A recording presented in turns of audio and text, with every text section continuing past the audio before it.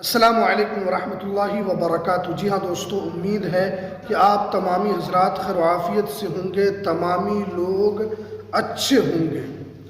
UP के सभी लोगों के लिए बड़ी परेशानी, पुलिस घर घर जाना शुरू कर चुकी है।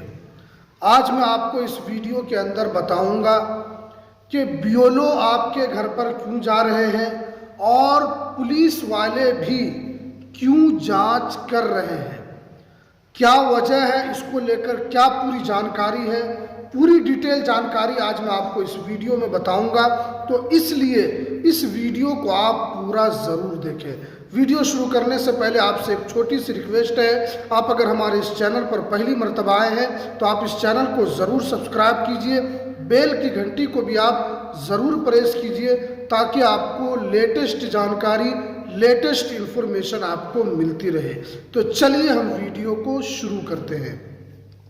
जहाँ दोस्तों आप जानते हैं कि यूपी की जो आबादी है करीब करीब 20 से 22 करोड़ की आबादी है और अभी यूपी के अंदर SIR भी ख़त्म हुआ है और जिसके अंदर 2 करोड़ 89 लाख लोगों का नाम SIR से बाहर हो गया है।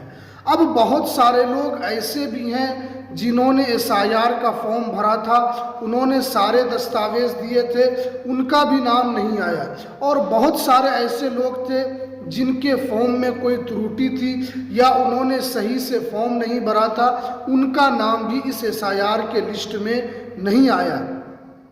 तो इसी वजह से आप जानते हैं कि निर्वाचन आयोग ने साफ साफ अपने BLO को दिशा निर्देश दिया है कि जिनका नाम छूट चुका है, क्योंकि जिनका नाम छूटा है उनको यहाँ पर 6 फरवरी 2026 तक उसके बाद फाइनल ड्राफ्ट जारी किया जाएगा। 6 फरवरी के बाद 1 महीने का समय दिया गया है कि अगर आपका नाम नहीं आया है तो आप अपने BLO से जाकर संपर्क कीजिए और BLO भी आपके घर पर जाकर आपसे दस्तावेज को इकट्ठा करेंगे ताकि आपका जो नाम है वो फाइनल ड्राफ्ट में आ सके।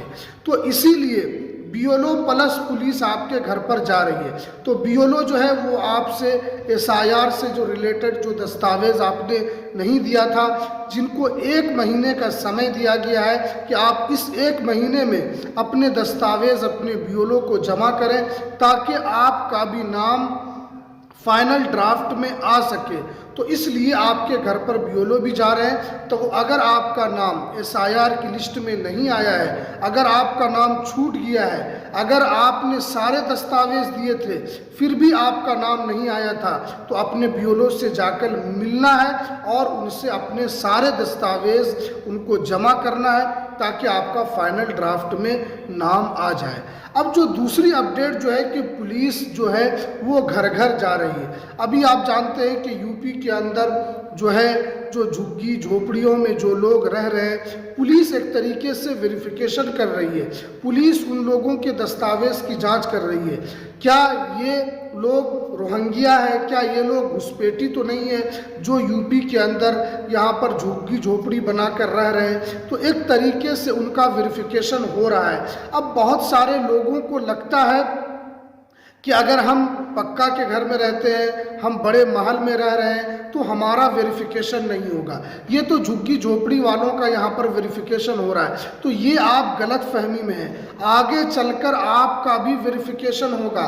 ये सिर्फ झुग्गी झोपड़ी का तो वेरिफिकेशन होगा ही, उनका चल भी रहा है, उनसे दस्तावेज मांगे जा रहे हैं, पुलिस उनसे जांच कर रही है, उनके दस्तावेज को इकट्ठा कर रही है। अगर पुलिस को थोड़ा भी शक लग रहा है तो उनको वहां से उठा लिया जा रहा है। तो आपको क्या करना है कि ये बिल्कुल नहीं समझना है कि आपके दस्तावेज की जांच नहीं होगी। अभी उन लोगों की जांच हो रही है, आगे चलकर आगे आपकी भी जांच होगी, क्योंकि आप जानते हैं कि यूपी जो है ये दूसरा सबसे बड़ा ऐसा स्टेट जो बना है जिसके अंदर यहाँ पर डिटेंशन कैंप बनाया गया है। पहले यहाँ पर आसाम के अंदर बनाया गया था। जब वहाँ पर एनआरसी हुआ था 2019 में, तो वहाँ पर डिटेंशन कैंप बनाया गया था ताकि उन लोगों को उसके अंदर रखा जा सके, ताकि उन घुसपैठियों को उसके अंदर रखा जा सके। अब क्योंकि यूपी भी ये दूसरा ऐसा राज्य बन गया है जहाँ पर डिटेंशन कैंप बनाया गया है, पश्चिमी यूपी में इसका काम भी मुकम्मल हो चुका है। अब जो है इसके अंदर किनको रखा जाएगा, तो वहाँ की सरकार ने साफ कर दिया है कि जो बांग्लादेशी है, जो रोहिंग्या है, जिनके पास दस्तावेज नहीं है, उन सभी लोगों को इसके अंदर रखा जाएगा। तो इसलिए आप ये ना सोचें कि हम महल में रह रहे हैं, हम बिल्डिंग में रहते हैं तो हमारी जांच नहीं होगी। आपकी भी जांच होगी। इसलिए आपको पहले से अवेयर रहना है, आपको पहले से चौकन्ना रहना है। अब क्योंकि मैंने पहले बहुत सारी वीडियो में आपको बताया है कि आपको अपने दस्तावेज बना कर रखना है, आपको कम से कम 4 से 5 दस्तावेज रखना चाहिए, क्योंकि भारत के जो गृह मंत्री हैं अमित शाह, उन्होंने भी साफ कहा है कि ये जो SIR है ये NRC का प्रथम चरण है, यानी इसमें आपके नाम को काटा जाएगा।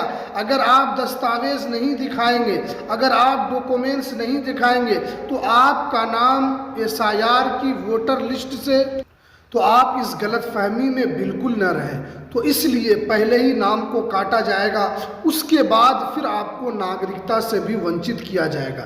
तो इसलिए आपका नाम SIR की लिस्ट में आना भी ज़रूरी है और आपको अपना डॉक्यूमेंट्स बनाकर रखना भी ज़रूरी है। तो इसीलिए आपके ऊपर भी आगे चलकर जांच शुरू किया जाएगा।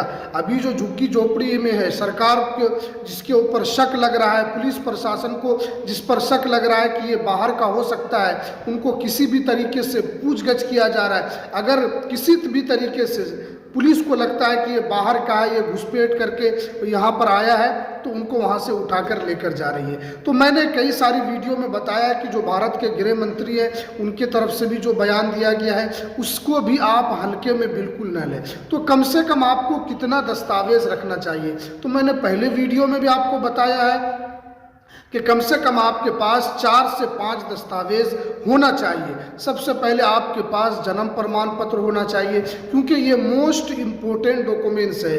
ये आपके जन्म को सिद्ध करता है कि आप वाकई भारत के रहने वाले हैं या नहीं हैं, आपका भारत के अंदर जन्म हुआ है या नहीं हुआ, आपकी डेट ऑफ बर्थ क्या है, आप कब पैदा हुए हैं। तो एक तरीके से उसके अंदर इसकी पूरी जानकारी होती है। दूसरा जो डॉक्यूमेंट्स है वो कम से कम आपके पास पासपोर्ट होना चाहिए। पासपोर्ट ये एक मोस्ट इम्पोर्टेंट डॉक्यूमेंट्स है। ये सिर्फ बाहर यात्रा के लिए नहीं है। अगर आपको बाहर जाना हो तभी आप पासपोर्ट बनाएं, अगर नहीं भी जाना हो फिर भी आपको अपना पासपोर्ट बनाकर रखना है।